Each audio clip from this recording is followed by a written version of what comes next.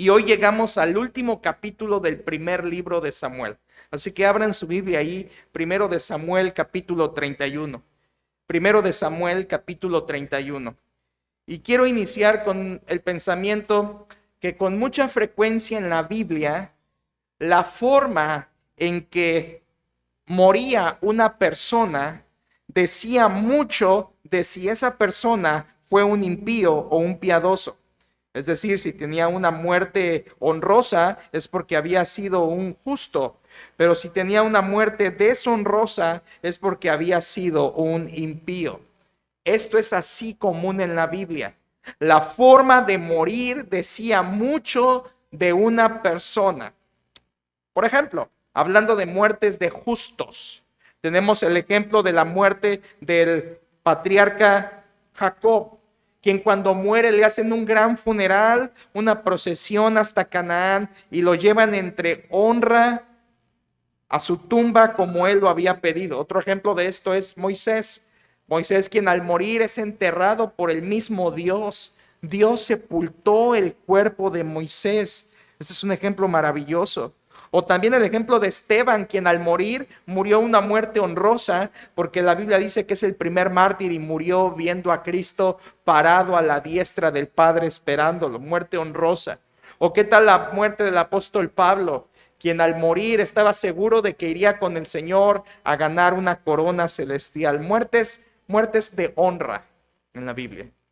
Personajes piadosos. La Biblia dice en Salmo 116:15, estimada es a los ojos de Jehová la muerte de sus santos. Pero por el otro lado, la muerte de un impío siempre estaba caracterizada por una muerte deshonrosa.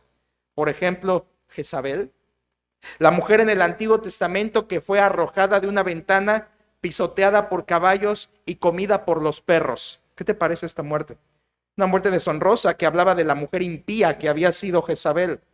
¿Qué hay de Herodes en Hechos? Ese rey que por no dar la gloria a Dios murió comido de gusanos. ¡Qué deshonra!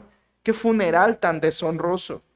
¿Y qué decir de Judas, quien después de vender a su señor por unas piezas de plata y traicionar, fue y se ahorcó, rompiéndose quizá probablemente la rama, cayendo en una zona de aprisco y entonces partiéndose su cuerpo de modo que salieron sus entrañas, dice la Biblia, y fue notorio a todos los que pasaban por ahí? ¡Qué muerte tan vergonzosa! Pero hay una muerte más deshonrosa que estas, y es la que está en primero de Samuel 31. El capítulo 31 es un funeral, hermanos, pero es un funeral de alguien que muere en deshonra. Ese personaje es Saúl. El título de nuestro mensaje es Funeral deshonroso. Funeral deshonroso. Y es lo que tenemos en este capítulo final del primer libro de Samuel. Saúl por fin muere y es una de las muertes más vergonzosas de la Biblia. Vamos a ver dos momentos finales en la vida de Saúl que te advierten sobre el juicio de Dios a los impenitentes. Saúl fue alguien impenitente, o sea, alguien que nunca se arrepintió. Y el capítulo 31 nos menciona dos momentos finales en Saúl que te advierten sobre el juicio de Dios a los impenitentes. En primer lugar, veremos la muerte vergonzosa de Saúl, versículos 1 al 6. Y en segundo lugar, veremos la sepultura vergonzosa de Saúl, versículos 7 al 13. La muerte vergonzosa, la sepultura vergonzosa. Todo esto, hermanos, para recordar que toda persona que muere sin haberse arrepentido, lo único que tendrá es un funeral deshonroso, porque esa vida va directamente a ser juzgada bajo el juicio eterno de Dios. Es un capítulo corto, 13 versículos, funeral deshonroso. Veamos la primera parte, hermanos. Número 1, la muerte vergonzosa de Saúl. La muerte vergonzosa, y por supuesto, le animo desde ahora que mientras estudiamos la vida de Saúl, piense en usted. Piensa en su vida y piensa en su muerte, porque eso es un espejo de esto. Esto es un espejo de nosotros. Empecemos primero, la muerte vergonzosa de Saúl, versículos 1 al 6. Ya sabe que vamos leyendo y explicando. Así que este capítulo 31, realmente el pasaje empieza desde el capítulo 28 con una ocasión en que Saúl es presentado a la guerra, los filisteos están declarando la guerra a Israel y entonces Saúl, ¿se acuerdan? Se siente incapaz de batallar contra el filisteo y va y consulta a una divina, la bruja de Endor. Dios no le contesta, así que va con la bruja y la bruja, por medio de espíritus, que ya hablamos de eso, demoníacos, le da un mensaje a Saúl, le dice: mañana estarás ya en el lugar de los muertos. Saúl sale de con la divina, come su última comida, según la Biblia, la última comida fue la que le dio la divina, y de ahí sale para irse a la guerra y morir. Qué tremendo es que, comparado con David, David estaba en el ejército filisteo y es echado del ejército filisteo porque desconfían de él. Así que mientras Saúl sale de con la bruja para ir a morir, David sale del ejército filisteo para ir a salvarse. Gran contraste entre estos dos personajes. Uno, Saúl, va a la muerte; otro, David, va a la salvación de Dios. Veamos aquí en capítulo 31, versículo 1, todo inicia con una guerra. Versículo 1. Los filisteos, pues, pelearon contra Israel. Si regresa un momento a capítulo 28, versículos 4 y 5, un momento para entender el contexto. Capítulo 28, versículo 4 dice: se juntaron pues los filisteos y vinieron y acamparon en Sunem, y Saúl juntó a todo Israel y acamparon en Gilboa. Y cuando vio Saúl el campamento de los filisteos, tuvo miedo y se turbó su corazón en gran manera. Esta es la misma batalla. Saúl está preocupado, los filisteos lo superan y Saúl no sabe qué hacer. Regresa al capítulo 31, versículo 1 dice: los filisteos pues pelearon contra Israel. Es la misma batalla, es la batalla final de Saúl. Versículo 1 dice: y los de Israel huyeron delante de los filisteos y cayeron muertos en el monte de Gilboa. Hermanos, esta es una derrota total. Los de Israel fueron derrotados, los filisteos vencieron. Ahí usa dos palabras, dice que huyeron y cayeron. Esto quiere decir que la mayoría murió y los pocos que lograron escapar huyeron. Este versículo 1 nos está hablando de que Israel perdió la guerra. Perdió la guerra y todo empezó con los príncipes muriendo. Versículo 2. Los hijos de Saúl mueren. Versículo 2. Y siguiendo los filisteos a Saúl y a sus hijos, mataron a Jonatán, a Abinadab y a Malquisúa, hijos de Saúl. Aquí tenemos la muerte de los tres hijos de Saúl. La Biblia nos da sus nombres: Jonatán, a quien conocemos bien, Abinadab y Malquisúa. Los tres mueren en el mismo día. Los tres mueren en la misma batalla. Eran los hijos del rey, eran los príncipes. Ahora, por 1 de Crónicas 8:33 y 9:39, sabemos que Saúl no tenía 3 hijos, Saúl tenía 4. Estos 3 y uno más, que la Biblia identifica con el nombre Esbaal, o sea, hombre de Baal. Y Baal es uno de los nombres de el ídolo cananeo. Sí, para que te des una idea de qué clase de persona era Saúl, que a uno de sus hijos le puso hombre de Baal. Entonces, imagínate, eso es como si tú le pusieras a uno de tus hijos el nombre de algún ídolo católico o algún ídolo cualquiera. Es lo que hizo realmente Saúl a uno de sus hijos. Ahora, este hombre, hijo de Saúl, Esbaal, nos lo vamos a encontrar en segundo libro de Samuel, capítulo 2, con otro nombre. Muy probablemente le cambiaron el nombre de Esbaal a Isboset. Isboset significa hijo de vergüenza. La Biblia no da datos por qué se le cambia el nombre. Él quedó vivo, él no murió. Pero no sabemos por qué se le cambió el nombre de hombre de Baal a hombre de vergüenza. No sabemos si porque no estuvo en la batalla fue tildado como un hijo de vergüenza por no acompañar a su padre a la batalla, o simplemente es un cambio de nombre debido a que no querían blasfemar a Dios hablando de Baal al mencionar el nombre de este hijo de Saúl. Así que este hijo no muere. Nos lo vamos a encontrar en el segundo libro, pero los otros 3 mueren. Y uno de ellos, hermanos, era Jonatán, el gran amigo de David. El amigo que tuvo fe como David para vencer también a los filisteos en los capítulos primeros de este libro. Jonatán era un creyente fiel.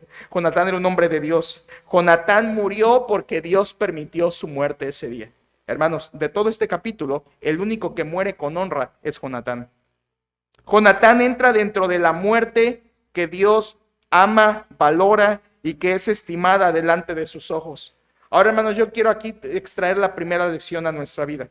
Si podríamos decir, ¿por qué Dios permitió que Jonatán muriera? ¿Por qué no libró a Jonatán si Jonatán era justo, era piadoso, era un hombre de Dios, era un hombre de fe? ¿Te acuerdas? Él había demostrado su confianza en Dios. ¿Por qué Dios permitió que Jonatán muriera? ¿No es eso de lo que muchas veces preguntamos? ¿Por qué Dios permitió que ese siervo de Dios muriera? ¿Por qué Dios permitió que ese niño muriera? ¿Por qué Dios permitió que esa persona que era inocente de tal evento muriera? ¿Por qué Dios permite eso? Y son momentos en los que queremos cuestionar a Dios, pero quiero recordarle algo, hermanos. Dios decide nuestra muerte.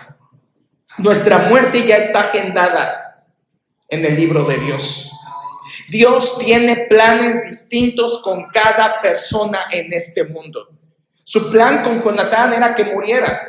Ahora, si haces un análisis al primer libro de Samuel, como lo hemos estudiado, para este momento que Jonatán muere, probablemente Jonatán tenía unos 40 años. O sea, era un joven.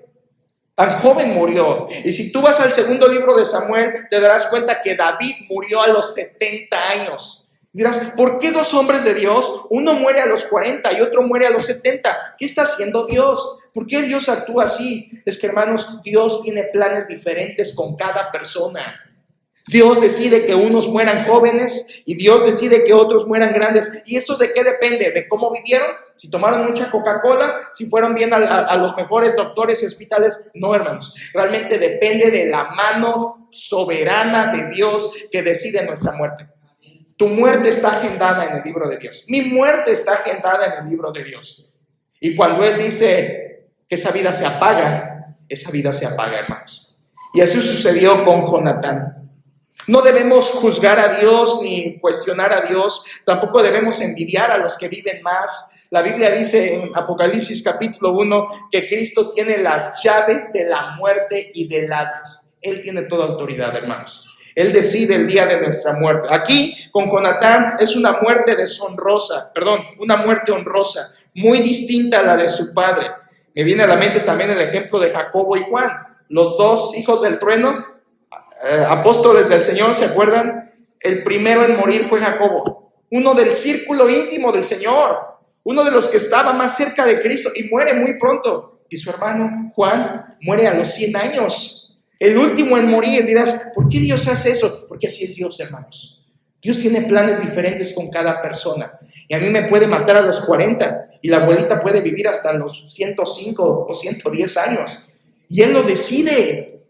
Él lo decide. ¿Y saben qué? Dios no necesita otra pandemia para matarte. Dios no necesita una tragedia para matarme. Si Dios quiere, me mata en 5 minutos. ¿Cuántas veces no hemos oído de personas que estando en su casa, estando en un baño, estando en la cocina, estando jugando, sucede algo catastrófico que les arranca la vida de un momento a otro?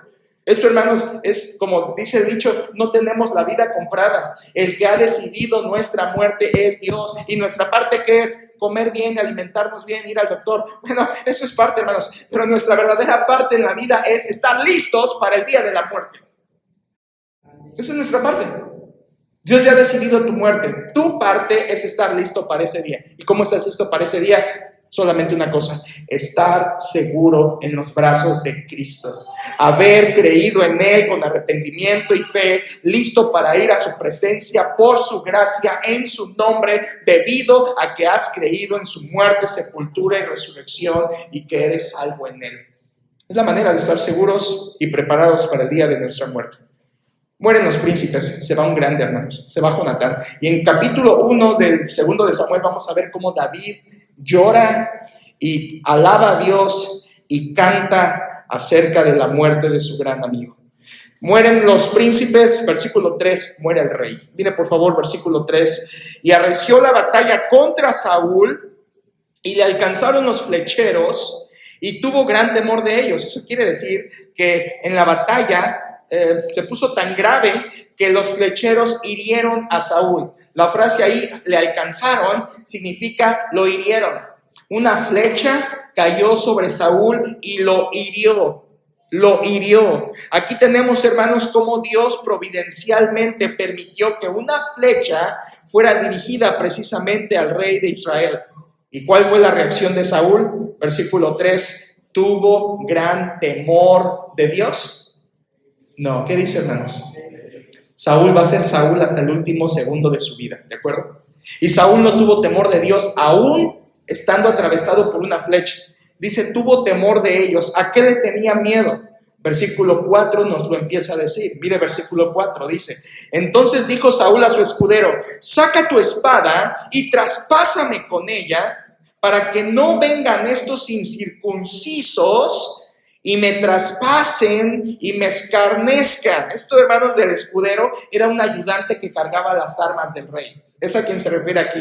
Era seguramente un joven que era el encargado de cargar, llevar y asistir en batalla al rey. Y le dice el rey a este joven, traspásame con tu espada. Y aquí, hermanos, el Espíritu Santo nos arroja la revelación de por qué Saúl tenía miedo cuando la flecha le alcanzó. Versículo 4, ¿dónde estaba su miedo? Dice, para que no vengan estos incircuncisos, una frase peyorativa, despectiva, grosera contra los no judíos. Recuerda que la circuncisión era una señal dada a Abraham y a sus descendientes. Entonces, un incircunciso se refería a alguien fuera del pacto de Dios. No solamente a alguien que no tenía una cirugía, sino a alguien que era fuera del pacto de Dios. Y dice Saúl, este es mi miedo, que estos incircuncisos vengan y me traspasen, miren hermanos, dice, y me escarnezcan. Ahí la palabra escarnecer quiere decir, abusen de mí, me humillen y me torturen. O sea, el temor de Saúl no era tanto a Dios, para nada. No era siquiera morir. El temor de Saúl era que vengan y me torturen y me hagan escarnio de mí. No quiero eso. ¿Te fijas cómo Saúl, siendo Saúl, lo único que le importa, está herido, y lo único que le importa es cómo se ve, es cómo lo van a ver los demás? Lo único que le importa es él mismo. Saúl sabía que era costumbre torturar a los reyes cuando los atrapaban. Saúl sabía que era costumbre que se les amputaran partes del cuerpo. Por ejemplo, en capítulo 18, versículo 27, se refleja esta costumbre de que cuando capturabas a un enemigo, le cortaras los miembros o lo avergonzaras o lo torturaras. Además, Saúl conocía muy bien la historia de Sansón, a quien los filisteos le habían sacado los ojos y lo habían torturado al punto de volverlo un payaso en el teatro de los filisteos. ¿Y sabes lo que Saúl dice? Yo no quiero que me pase eso. No quiero que me pase eso. Sabía que los filisteos tenían un odio contra el pueblo de Israel y por eso Saúl le dice a su escudero, mátame. Mátame. Hermanos, esto no es otra cosa sino, óigalo bien, soberbia, aún en el momento de morir. Soberbia. Escudero, mátame tú, para que no vengan estos y me maten y luego o hagan escarnio de mí o me torturen o me humillen públicamente. Prefiero que me mates a que me humillen. ¿De qué mente tan perversa? Prefiero morirme a que me humillen. Es como Abimelech en el libro de Jueces, capítulo 9, cuando se acerca a una torre, le avientan una piedra a una mujer, le avienta una piedra y lo golpea y queda herido, pero le dice también a su escudero, Abimelech le dice a su escudero, mátame para que no se diga que una mujer me mató. O sea, vean qué soberbia. Prefiero que me mate mi escudero a que digan, mira, jaja, lo mató una niña. ¿Ve qué soberbia? Es la misma soberbia que está teniendo aquí Saúl. Escudero, mátame tú, prefiero que tú me mates a que ellos me humillen, me torturen, me escarnezcan. No es otra cosa sino soberbia. Ahora, ¿qué dice el texto anterior que tenía? Temor. Escucha, hermano, ¿sabes qué hay en el corazón de un incrédulo al punto de morir? Temor y soberbia. Temor porque sabe que está sin Dios, pero soberbia porque no se quiere arrepentir. Ahí tienes a un corazón soberbio aún hasta la tumba. ¿Qué hizo el escudero? Versículo 4. Otra vez, versículo 4. Entonces dijo Saúl a su escudero, saca tu espada y traspásame con ella para que no vengan estos incircuncisos y me traspasen y me escarnezcan. Vean la respuesta del escudero. Mas su escudero no quería porque tenía gran temor. Entonces tomó Saúl su propia espada y se echó sobre ella. Esto, hermanos, absolutamente no es nada heroico. No es nada como que, mira, Saúl se sacrificó contra los filisteos. No, nada de eso.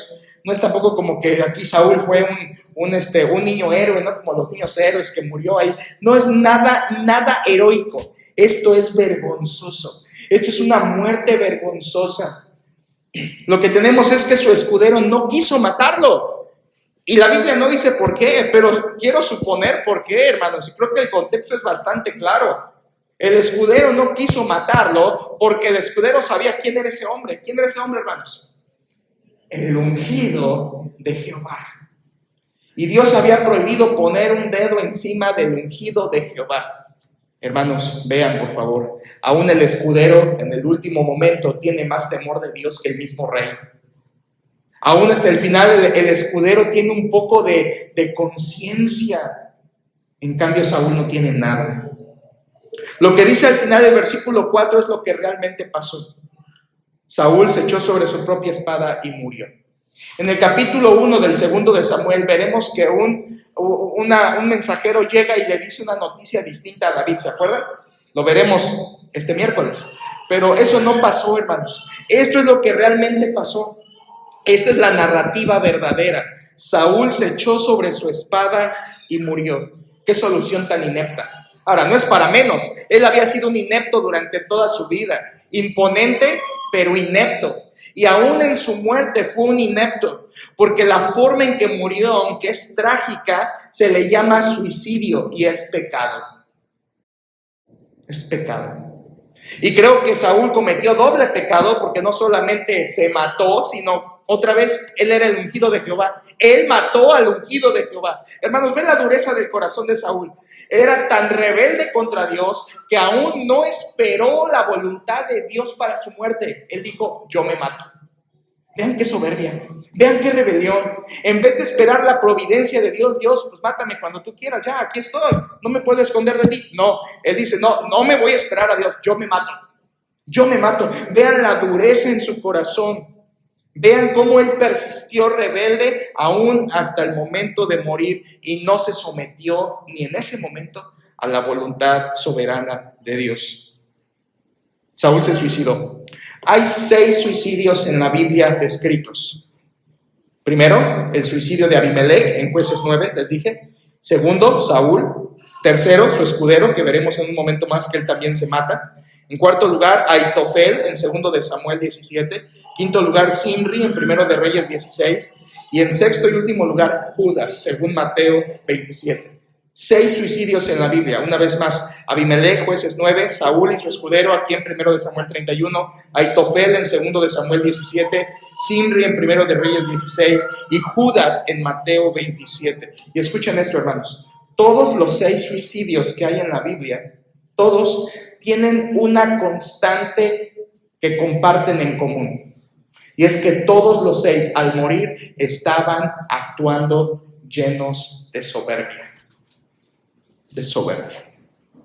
¿Sabes qué es alguien que se suicida? Un soberbio. Dirás, no, es un deprimido. No, hermanos, es un soberbio. Es un soberbio que prefiere sentirse bien matándose, según él, que enfrentando la situación de la vida que le aqueja. Una persona que no se pone a pensar, a ver si me mato, ¿qué va a pasar con mi familia? ¿Qué va a pasar con esto? ¿Qué va a pasar con cómo voy a afectar? ¿Cómo va a afectar si yo? No piensa en eso. Lo único que quiere es apagar la tristeza que está sintiendo. Es un soberbio que solo está pensando en sí mismo, como estos 6 casos en la Biblia y como el mismo Saúl que solo pensó en sí y no le importó lo demás. Venlo en un momento más, su escudero se mató por verlo a él matarse. Saúl no pensó en el impacto que tendría su propia muerte sobre otras personas. O sea, no dijo, ¿qué va a pasar con Israel? El reino y Dios. Espérate, soy el ungido. No, si me mato, no. Él no pensó eso. Su pensamiento era este. Escucha, soberbio, escucha. Su pensamiento era, no, me van a atrapar, me van a escarnecer. Y si me sacan los ojos, no, prefiero morir que humillarme. Es que soberbio. Entonces, este ejemplo está en la Biblia para que tú te cuides de este grado de soberbia como Saúl y no mueras una muerte deshonrosa. Ahora, si te pones a ver el texto, primero Dios permitió que una flecha lo hiriera, pero no murió. ¿Te fijas? ¿Qué tenemos ahí, hermanos? La misericordia de Dios. Dios aún le dio una oportunidad de arrepentirse cuando la flecha lo hirió. Dios pudo haber hecho que la flecha lo matara en un segundo y la flecha fuera directa al corazón. Pero no, Dios hizo que la flecha lo hiriera. Última oportunidad de arrepentirte, Saúl. Estás vivo todavía. Él pudo haberlo hecho, ¿no, hermanos? Y haber recibido salvación, pero no lo hizo. Su último acto fue evidencia de su impenitencia. Él no se arrepintió. Saúl dijo: prefiero matarme que humillarme. Él pensó en sí mismo hasta el último minuto. Muy diferente a Sansón. Sansón, al morir, dice: Señor, muera yo con estos filisteos. Bueno, está pensando en algo de la gloria de Dios, ¿no?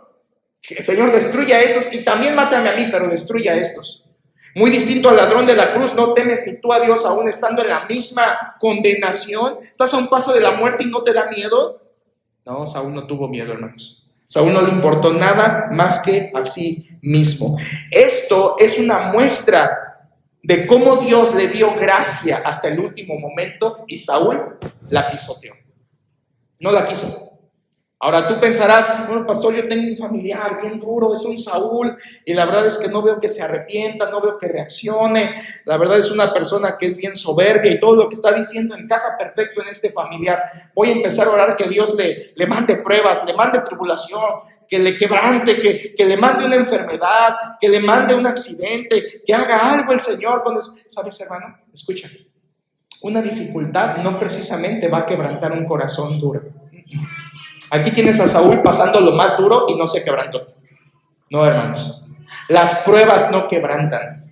Dios quebranta. Y la salvación es de Jehová. Tú puedes ver a una persona que está muriéndose en el área de hospital de terapia intensiva. Y puedes ir a testificar y no puede hablar, no puede responder, pero uno así apretar el puño de estar en contra de lo que le estás diciendo. Tú le puedes estar testificando a alguien en su lecho de muerte, no puede responder, ya no puede hablar, pero hace esto. Déjenme de hablar de Cristo. Está a un paso de la muerte y sigue tan soberbio como Saúl. Por supuesto, si usted me ha acompañado todo el libro de Samuel, sabe que Saúl no era creyente. Déjenme hablar un momento acerca del suicidio. Aquí Saúl se suicidó. Y el suicidio, hermanos, quiero que entiendan, es un pecado. Eso es lo que enseña la Biblia. En Éxodo capítulo 20, el 6º mandamiento, Dios dijo: no matarás. Y el suicidio es matar. Matarse a sí mismo, pero es matar. El que se suicida está quebrantando el 6º mandamiento de la ley: no matarás. Así que el suicidio es un pecado, hermanos. A veces tomamos al suicidio como que algo: ay, no, el que se mata es peor. Hermanos, el que se suicida es tan pecador como el que miente, como el que tiene ídolos y como el que deshonra a sus padres, porque son pecados de la misma lista del decálogo, los 10 mandamientos. Matarse a sí mismo es pecado. Y quiero que sepa que los creyentes podemos llegar a caer incluso en eso. Es un pecado. Y aún los creyentes podríamos llegar a caer en la tentación a querer quitar nuestra propia vida. Y si se te hace extraño esto, quiero recordarte que hubo 2 hombres de Dios en la Biblia, más fieles que yo y más fieles que tú, que en un momento desearon la muerte y que Dios los matara: Moisés y Elías. Moisés y Elías en algún momento de desesperación dijeron: Señor, mátame, ráeme, ya, quítame la vida. Era una tentación, hermanos, la tentación a desaparecer con nuestra propia existencia. Es un pecado y para algunos puede ser una tentación. Doy gracias a Dios porque no es una tentación para mí, pero quizá pueda haber alguien aquí en este auditorio, quien escuche este mensaje, que el quitarse la vida sí ha sido un pensamiento que ha cruzado por su mente y se ha convertido a lo mejor en algún momento en una tentación fuerte con la que estás luchando. Quiero decirte que incluso un creyente puede luchar con eso. A veces la gente ha dicho: no, un cristiano no se puede llegar a suicidar. Bueno, un cristiano puede llegar incluso a matar y a matarse a sí mismo. Hermanos, es un pecado como cualquier otro. Lo puede cometer cualquier persona, creyente o no creyente. Y si ese creyente no se fortalece en Dios y se debilita y no se toma de la esperanza que hay en Cristo y la tentación en él es muy fuerte, puede llegar a matarse. Y la pregunta obligada es: ¿y esa persona, si se suicida, pastor, va al cielo? Bueno, hermanos, y esa persona creyó en Cristo Jesús y se arrepintió con fe verdadera, esa persona va al cielo porque creyó en Cristo. Es lo que dice la Biblia. Y tú dirás: sí, pero se mató. Bueno, eso es un pecado, pero ese pecado, si esa persona realmente creyó, es perdonado en Cristo Jesús. Escuché el caso apenas de una persona que recibió a Cristo en la cárcel. Es un caso real. Recibió a Cristo en la cárcel, confió en el Señor con fe salvadora y todo, y al salir había batallado con muchas cosas en su vida, drogas y cosas así, y entonces llegó un momento en su vida difícil y lo que hizo fue se cortó las venas y de inmediato fue y se ahorcó. Y la familia dice, a ver, había confiado en Cristo y ahora se mata. ¿Dónde está? ¿En el cielo o en el infierno? Yo te digo la respuesta que da la Biblia. Si esa persona realmente creyó en el Señor Jesucristo como su Salvador, fue al cielo, incluso haya hecho lo que haya hecho. Pero si esa persona fue solamente un profesante y fue una decisión falsa, entonces esa persona está en el mismo lugar que todos los incrédulos. O sea, hermanos, no porque una persona termine suicidándose significa que es incrédulo. Es un pecado como cualquier otro, que puede cometer incluso un creyente. Y hay creyentes que batallan con esto. Y si tú alguna vez has batallado con esta tentación a quitarte la vida o a pensar que sería mejor que no estuvieras en esta vida, tú necesitas ayuda. Ayuda espiritual, ayuda pastoral, ayuda de consejo. Y quiero que tú sepas que la necesitas. Saúl es un caso muy, muy profundo. Él es un incrédulo que nunca quiso arrepentirse. A Saúl no le importó nada más que él mismo. Él murió pecando. Y como siempre rechazó a Dios, Dios lo desechó a él. Dios lo desechó a él. Como decía hace un momento, hermanos, Saúl murió solo pensando, importándole su propio yo. Él no pensó en nadie más. Y así, como dijo un escritor, esto fue su suicidio. Fue el acto de egoísmo que caracterizó toda su vida. Suicidarse fue el acto de soberbia final que caracterizó toda su vida. Rechazó a Dios hasta el fin. Alguien que solo piensa en sí mismo es un incrédulo, aunque nos cueste trabajo aceptarlo. Una persona que solo piensa en sí, le importa a sí misma, le importa cómo se ve, qué piensan los demás de él, cómo está él, cómo se siente él, si es feliz o no es feliz. Una persona que solo ve por sí misma, iglesia, eso es un incrédulo. La Biblia dice en Romanos 16:18, son personas que su Dios es su vientre. O sea, solo buscan satisfacerse a sí mismas. Segunda Timoteo 3 dice el apóstol Pablo que son hombres amadores de sí mismos. Y Judas 16 dice que son personas que andan según sus propios deseos. Un incrédulo. Ahora, si tú eres una persona o conoces a alguien así, no te engañes. Eres un incrédulo. Solo piensas en ti, te importa tú, cómo te ves tú, qué va a pasar contigo, si eres feliz tú. Pero no te importa Dios. No te importan otros. Es lo que Saúl hizo. No le importó nada más que a sí mismo. No te engañes. En ese caso, eres un incrédulo. Vean qué muerte tan deshonrosa. Versículos 5 y 6. Dice la Biblia, versículo 5, primero de Samuel 31:5. Y viendo su escudero a Saúl muerto, él también se echó sobre su espada y murió con él. Aquí tienes una influencia negativa. El rey se mata, su escudero hace lo mismo, lo imita, influencia negativa. Versículo 6, así murió Saúl en aquel día juntamente con sus 3 hijos y su escudero y todos sus varones. Muerte deshonrosa. Saúl, sus hijos, su escudero, sus varones. Ahora no te confundas, según el versículo 1 dice que algunos huyeron y aquí según el versículo 6 dice que todos sus varones murieron. No hay una contradicción. La idea del versículo 6 de todos sus varones murieron significa toda su guardia personal. Todos los que rodeaban al rey murieron. Todos los que eran de sus guardaespaldas murieron. Aquí tenemos a la muerte del rey Saúl, por fin. Y son de esas muertes en la Biblia que decimos, ya era hora, ya era hora. ¿Recuerdas por qué vino esta muerte, hermanos? Porque esta muerte no fue de a gratis. ¿Te acuerdas por qué fue esta muerte? Esta muerte es el cumplimiento del juicio de Dios a la vida de Saúl.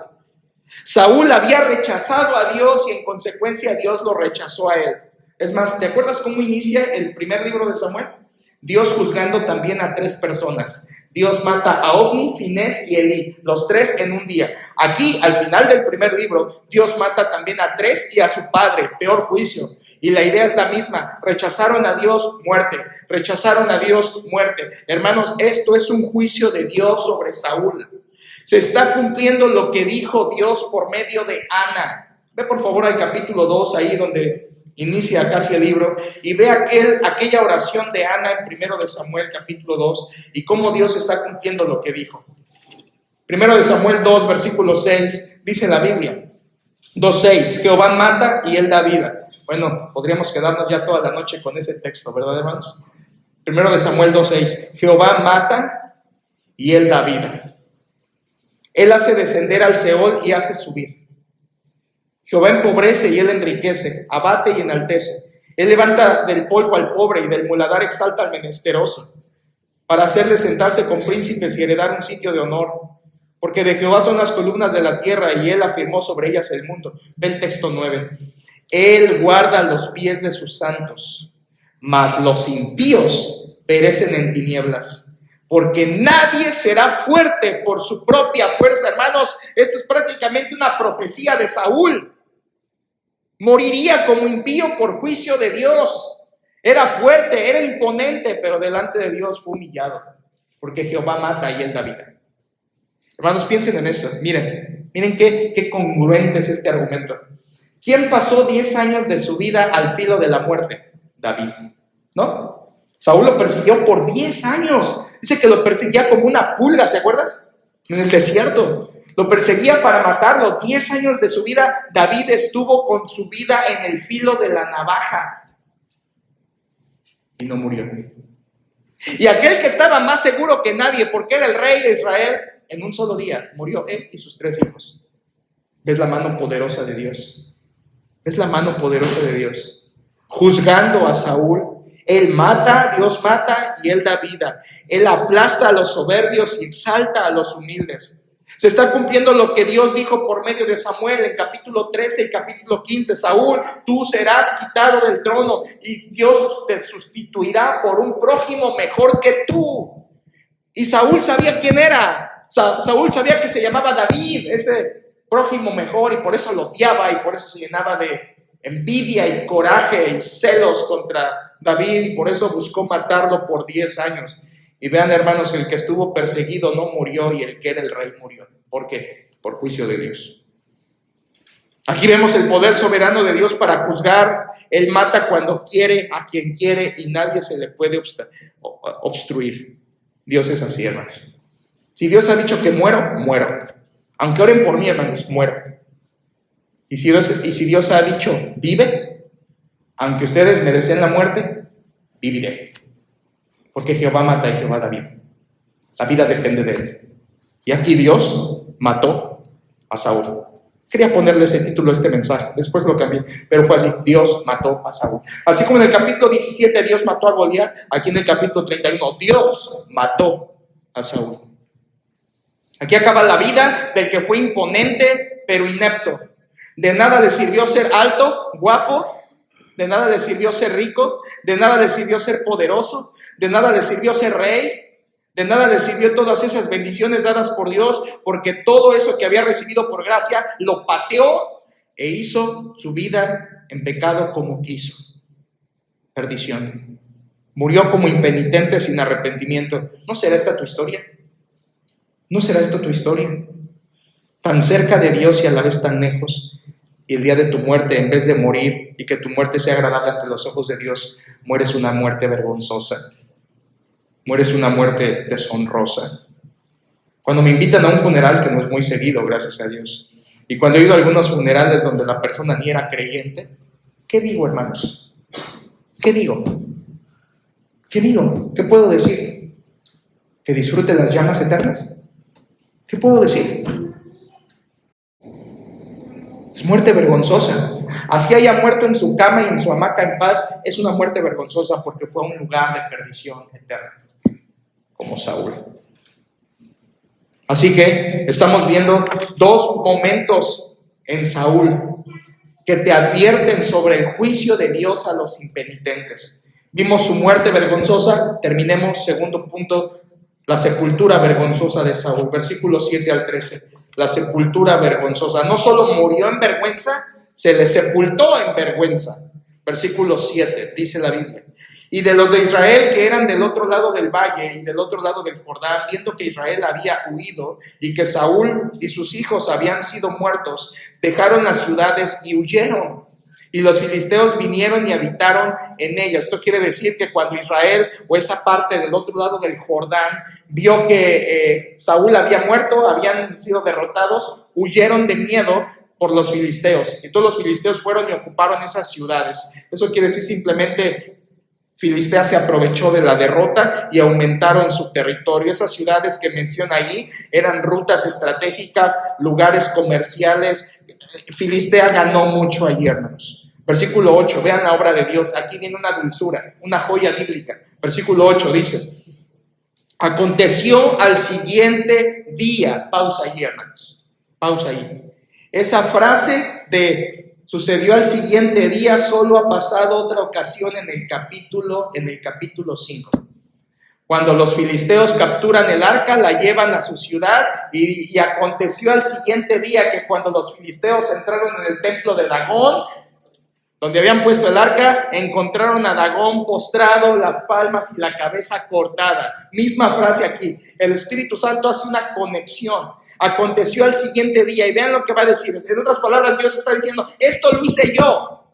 Así como Dios quitó las palmas y la cabeza del ídolo Dagón, así lo que va a decir ahora, lo ha hecho Dios. Versículo 8, aconteció el siguiente día que viniendo los filisteos a despojar a los muertos, hallaron a Saúl y a sus 3 hijos tendidos en el monte de Gilboa. Dios mató a Saúl. El plan de Dios se está cumpliendo. Los filisteos van, toman el botín, les quitan sus pertenencias. Esto implica que los desnudaban, les quitaban sus ropas, les quitaban sus armas, les quitaban sus bienes y se las llevaban. Esto quiere decir que a Saúl no lo sepultaron, o sea, no le dieron una sepultura honrosa, sino una vergonzosa. Y escuchen, hermanos, aquello que Saúl había tenido temor en el versículo 4, no vengan estos incircuncisos y me escarnezcan, es lo que precisamente le va a pasar a su cuerpo. Versículo 9, viene una celebración de los filisteos. Versículo 9 dice: y le cortaron la cabeza. Pausa ahí, hermanos. En 1 de Samuel solamente 3 veces se ha cortado la cabeza. La primera a Dagón en capítulo 5, la segunda a Goliat en capítulo 17 y la tercera aquí a Saúl en el capítulo 31. Y en las 3 veces fue Dios. Dios le cortó la cabeza a Dagón. Dios, por medio de la fe de David, le cortó la cabeza a Goliat. Y Dios le cortó la cabeza a Saúl. O sea, el texto está diciendo que Dios trató a Saúl como trató a Goliat. Que Dios trató con Saúl como trató con Dagón. Eso fue obra de Dios, hermanos. Dios hizo que Saúl fuera derrotado, le cortaran la cabeza. Fue una obra de Dios. Saúl había desafiado a Dios y a Dios nadie le puede ganar, hermanos. Puedes poner eso en tu mente: nadie le gana a Dios. Tú podrás ganarle a las personas, pero nunca le vas a ganar a Dios. Es imposible. Ni Saúl con todo su arsenal de pecado le pudo ganar a Dios. Ni con toda su soberbia se le pudo poner al tú por tú a Dios. No esperes que tú vas a poder. Saúl desafió a Dios y Dios lo destruyó por completo. Saúl se suicidó para evitar la tortura y la deshonra, y aún así su cuerpo recibió eso. Vean por favor versículo, ahí donde estamos, versículo 9, dice: y le cortaron la cabeza y le despojaron de las armas y enviaron mensajeros por toda la tierra de los filisteos para que llevaran las buenas nuevas al templo de sus ídolos y al pueblo. O sea, Filistea celebró y atribuyeron esa victoria a sus ídolos. Versículo 10, y pusieron sus armas, o sea, las armas de Saúl y sus hijos, en el templo de Astarot. Eso ya se ha hecho antes, hermanos. ¿Recuerdas en capítulo 17, cuando David vence a Goliat? La espada de Goliat, luego que le corta la cabeza, esa espada David la lleva delante de la presencia de Dios. Era una manera de reconocer que era Dios quien le había dado la victoria. Y aquí los filisteos hacen eso con las armas de Saúl y sus hijos, las llevan al templo de sus ídolos, como diciendo: ustedes nos han dado la victoria. Por supuesto que eso no era así. Era Dios quien había permitido la muerte de Saúl por juicio de Dios. Y ahora más, vean esto es profundo, a ver si lo logro explicar. ¿Por qué Dios permitió que los filisteos celebraran como que era una victoria de sus ídolos cuando realmente fue Jehová quien había matado a Saúl? ¿Por qué Dios permitió esa blasfemia? ¿Por qué Dios permitió que se dijera: fueron Astarot, fueron Dagón? cuando realmente no era así. ¿Por qué Dios lo permitió? ¿Por qué no en ese momento mandó otra vez ratones o tumores como lo hizo en el capítulo 5, ¿se acuerdan? Contra los filisteos. ¿Por qué Dios no juzgó a los filisteos por la blasfemia que estaban haciendo debido a estar celebrando como que era una victoria por sus ídolos? La única respuesta que yo encontré al texto es esta. Dios permitió esa blasfemia contra él porque a Dios le importa más su santidad. Juzgar el pecado en los pecadores, juzgar a Saúl. A Dios no le importó que blasfemaran su nombre. A Dios le importó que aplicó el juicio debido a la vida de Saúl. Hermano, no creas que Dios se va a detener a juzgarte a ti. Si no se detuvo con Saúl, no se va a detener con nadie. La santidad de Dios es valiosa e importante. Saúl no pudo impedir ese juicio. No pudo ganarle a Dios. Recuerdan en el Antiguo Testamento también cómo Nabucodonosor, cuando entró y conquistó a Judá, también se llevaron las cosas y lo dedicaron a sus ídolos. Dios también lo permitió. ¿Por qué? Por juicio al pueblo. Dios lo permitió. Versículo 10, una vez más, hermanos, dice: y pusieron sus armas en el templo de Astarot y colgaron su cuerpo en el muro de Betzán. Aquí tienes, vergüenza pública.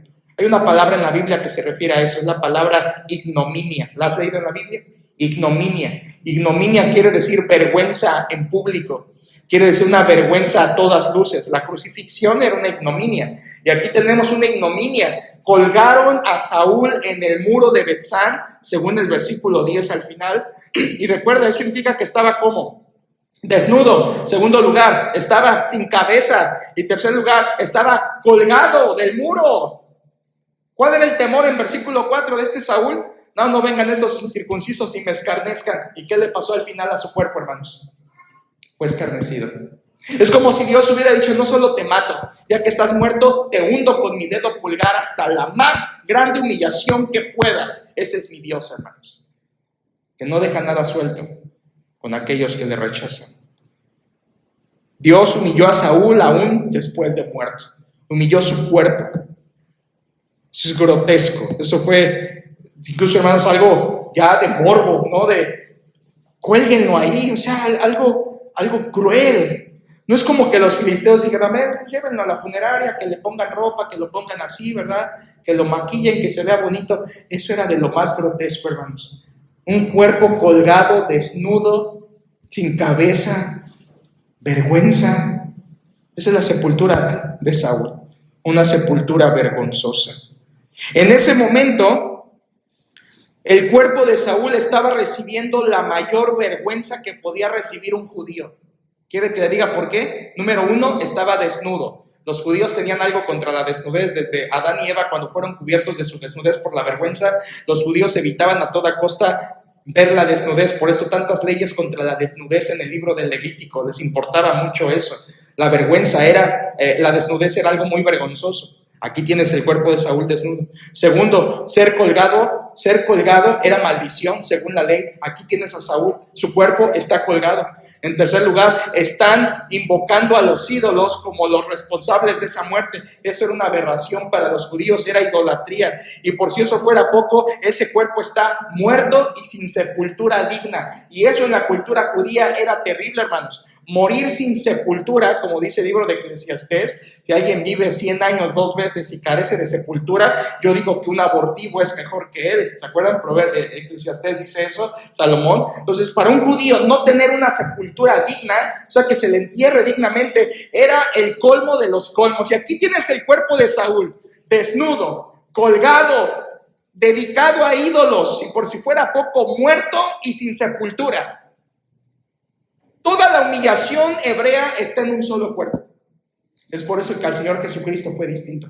Y aunque murió como el más vil de los pecadores, siendo el más sublime de los hombres, estaba prometido que su sepultura sería entre los ricos. Y quiero que recuerden que un crucificado no iba a otro lugar más que a la gehenna, a la fosa común.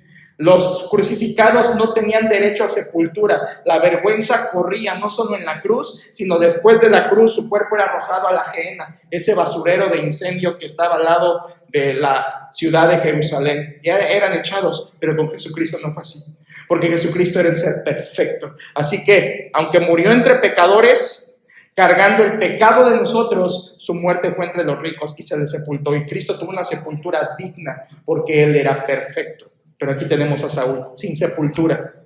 Vemos la vergüenza del cuerpo de este hombre. Y Dios controlando cada detalle para humillar a Saúl, aún después de muerto. Versículo 11 y 12, miren por favor.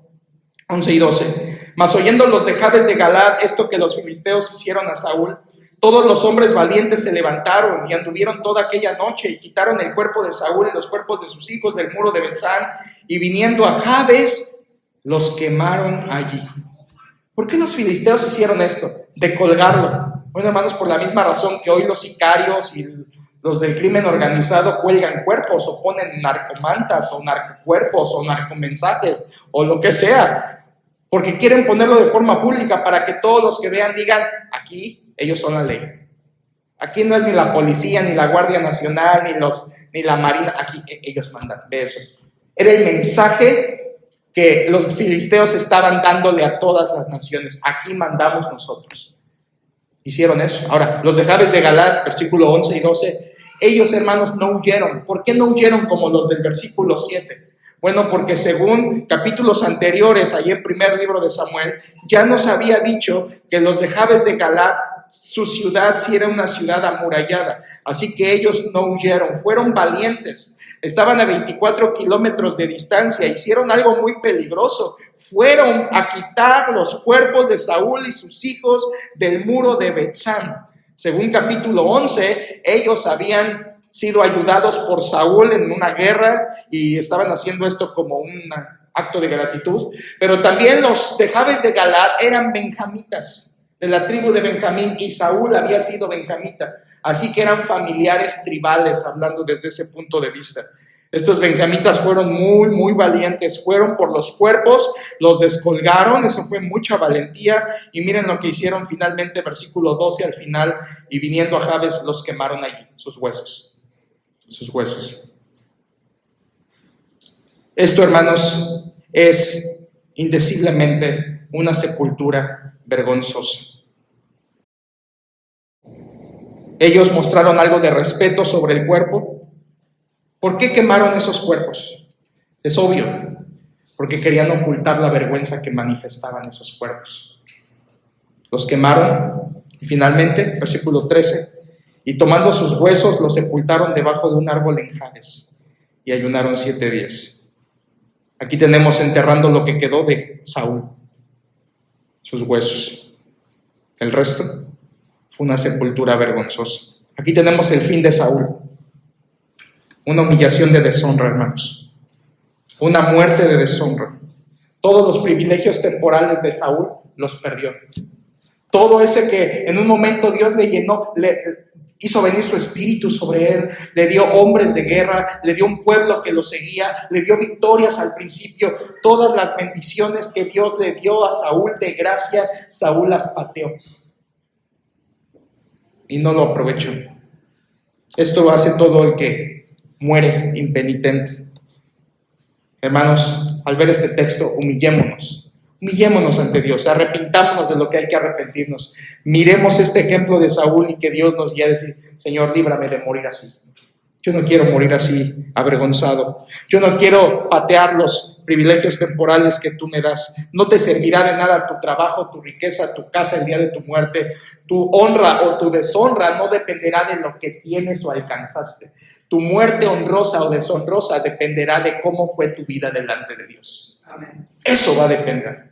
Si al día de tu muerte yo te voy a predicar en tu muerte, espero. Pero no voy a decir, miren al hermano, miren la casa, aquí están las escrituras, un aplauso para el hermano que en vida generó todo esto. No, en tu funeral voy a decir, este hermano, pues no servía en la iglesia, hermanos. ¿Qué les digo? Siempre estuvo batallando con sus luchas, nunca maduró. Espero no decir eso en tu muerte. Espero no decir eso en tu funeral. Espero no decir eso. Por favor, ve la vida de Saúl y seamos reprendidos. Aquí acaba esta vida, gracias a Dios. Pero nosotros, ¿qué clase de muerte quieres? ¿Qué clase de muerte quieres? El Señor te espera en arrepentimiento. Y si tú vienes a Cristo y vives una vida en obediencia a Él, tu muerte será agradable ante los ojos de Dios. Estimada es a los ojos de Jehová la muerte de sus santos. Dios nos ayude. Y próximo miércoles estudiaremos el primer capítulo de 2 de Samuel. Oremos. Padre, gracias por tu palabra tan hermosa y tan didáctica, tan llena de poder. Oramos que esta advertencia en la vida de Saúl y aún en la muerte y sepultura sea, Señor, algo en lo que nosotros pongamos nuestra mente para vivir de manera que te agrade. Oh Señor, tú conoces nuestra vida y el día de nuestra muerte. Ayúdanos a que ese día nuestra vida te honre, nuestra muerte te exalte y nuestra sepultura te dé gloria. No porque fuimos perfectos, sino porque fuimos fieles hasta el final. Gracias por la muerte de Jonatán, quien fue un siervo fiel y tú lo quisiste llevar. Y aunque su muerte fue triste, es una muerte de honra. Pero Señor, líbranos de una muerte como la de Saúl, quien aún murió pecando, murió en soberbia, murió en dureza, murió con el puño contra ti, Señor, murió con el dedo levantado, murió con odio, murió con temor a verse mal. Jamás se arrepintió, jamás se humilló, jamás ablandó su corazón, aunque tuvo muchas oportunidades. Señor, si hay alguien aquí que está en esa condición, humíllalo hasta el extremo para que tenga oportunidad. Y es mejor, Señor, sufrir todo en tierra, pero ser salvado en gloria, que estar bien en esta tierra e ir a padecer eternamente en el infierno. Señor, te pedimos por nuestros familiares que aún están en esta misma condición como Saúl. Ten misericordia de ellos. Hazles conocerte a ti y a Jesucristo y dales vida eterna a aquellos que lo necesitan. Ayúdanos a pensar en nuestra propia muerte, Señor, y que al vernos en el espejo de la muerte y la sepultura de Saúl, nos puedas llevar a humillarnos delante de ti. Es lo que te pedimos, Señor. Glorifícate en nuestra vida y te damos honra y gloria a través de Cristo tu Hijo. Amén.